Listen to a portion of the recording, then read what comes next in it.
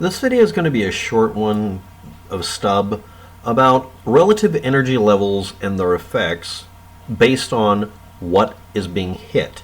This is going to deal with airsoft, BB guns, and paintballs as a comparative medium, sort of, for comparing a shotgun to a .22 caliber, approximately 22 to 30, 6 millimeter to, well, 17, obviously shotgun diameters here.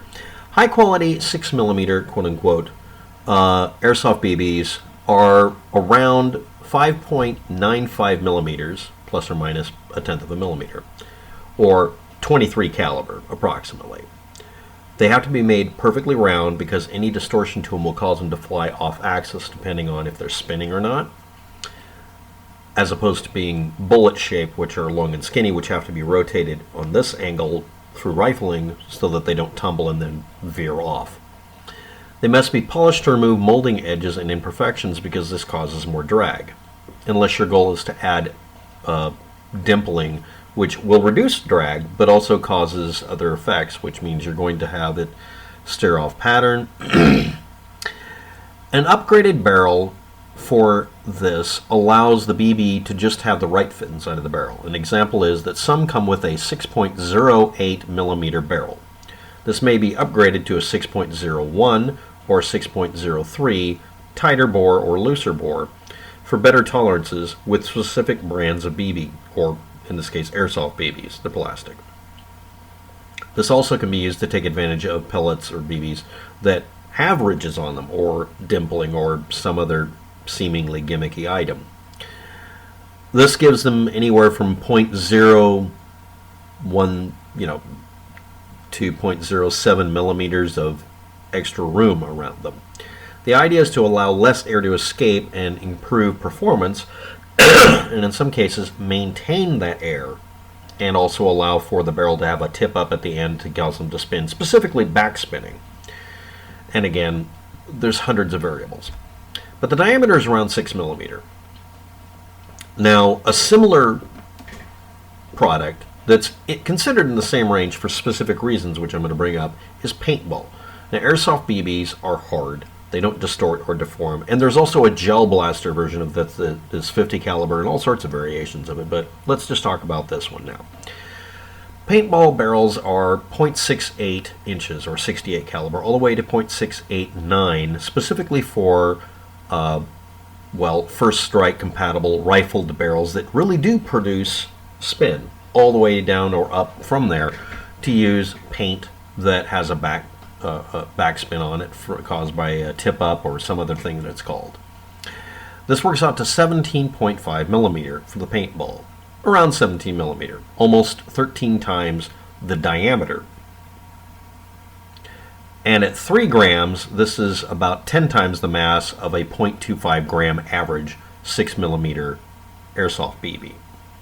Now, with more mass and about the same speed, 300 feet per second, airsoft is notorious for going faster. Paintballs can also go faster. Let's consider them about the same thing.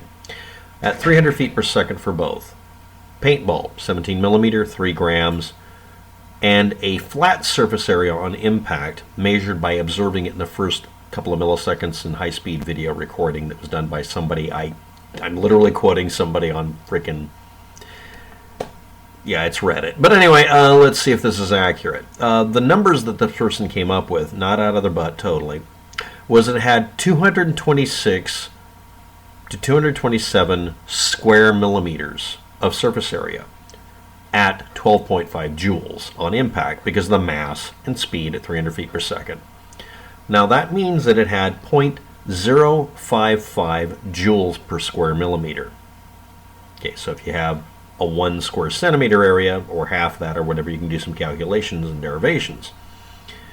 Now, if you had it doubling its diameter under extreme deformation before breaking, or if it was a specific type of reball that has a very thick outer coating so it would deform and spread out the force more, instead of having 0.02 to 0.03 joules per millimeter squared, it would have that, it would have 0.02 to 0.03 joules per square millimeter. it would drop by half. Well, that's not really how it works, but it is almost. On impact only is the diameter change. That would be a little bit below what an airsoft BB at 6 millimeter does at 0.2 grams, at 2.8 point something, 28 millimeters millimeter surface area, flat area impact, high speed checked, at 0.84 joules. So that worked out to almost exactly 0.03 joules per square millimeter, which is around the same thing. So on impact, the actual quote-unquote destructive capacity for a paintball on impact with deformation is about as bad as an airsoft BB. Or you could just say that the amount of pain you feel or impact or danger from an airsoft BB at the same speed is about the same as a paintball if it's soft. But again, it doubles if it doesn't deform, if it's the paintball. Now, comparisons. Supposed or hypothetical gauges for guns. 16 gauge is a gauge, so is 12 gauge, so is 20 gauge. 16 gauge works out to 0.663 inches, or 66.3 caliber, or 16.83 millimeters. 15 gauge is 17.21 millimeters, or 0.677 inch, or 67.7 caliber, almost exactly 68 caliber. So the paintball gun is the equivalent to what would be a hypothetical 15 gauge. I'm sure there was one made at one time or another, but that's not relevant. 14 gauge, however, works out to 69 caliber, or a little bit above that, which is a little closer to what you get from paintballs that are 17.5 millimeters or so that are used in First Strike. So it gives you an idea that you got anywhere from 14 gauge, which is a real thing, to 16 gauge, which is a much more common real diameter. But really these work out very closely to 15 or 14 gauge. And this is the reason you could compare them kind of to that. Comparing them to a 12 gauge doesn't work except for the underbore 12 gauge items that are thrown out of a real shotgun using a shot cup or sabot. And they're just limited to 69 caliber, 68 caliber. Now, what is the normal gauge for 12 gauge? Obviously, it's bigger diameter. It's about 73 caliber, so it's not a really good comparison. So, at the same speed, foot per second for foot per second comparison, the doubled surface area with the mass causes you to get answers out of this that you don't expect. Let's say 17, excuse me, not 17, let's say you're doing the equivalent to an airsoft BB, which is around 24 caliber or whatever, close to it, 6 millimeter. If you did a lead object, equivalent shape and everything, scaled up to 14 gauge or whatever, what would be the effect? Again, with deformation, it drops the energy level per square millimeter, but the total joules on impact doesn't. Obviously, if something is never capable of getting through the surface, it doesn't have any kind of spalling or anything like that going on, except for the splat factor when it comes to paintballs, which is the whole point.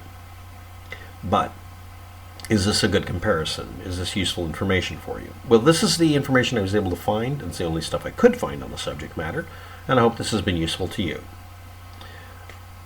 And now you know why shotguns firing at 1,400 feet per second versus a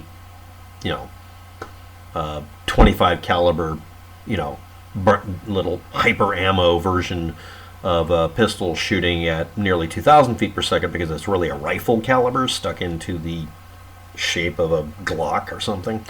The obvious it can get through things because it's going fast and is tiny, pushes less aside factor versus a big old shotgun slug hitting and going splat.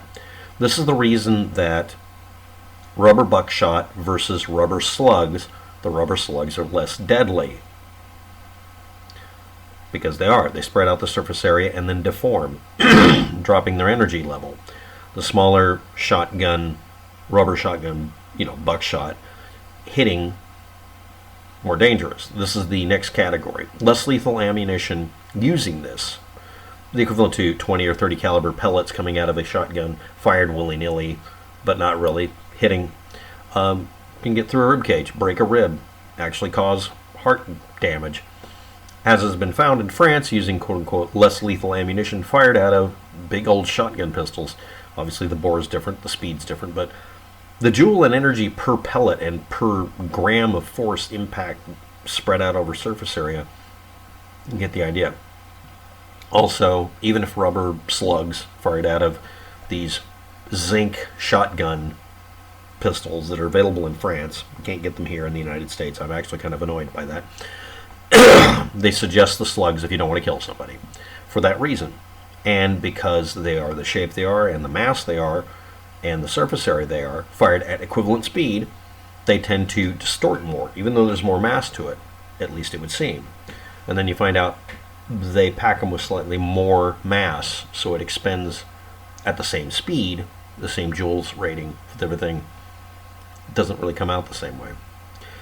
Just an interesting subject I thought I'd bring up here. I'll leave some links below to what I've got, airsoft pellets versus, airsoft versus paintball information in a couple of videos, or whatever else I can find for links. Hope this was useful. Thanks for watching. Have a good day. Good luck with that.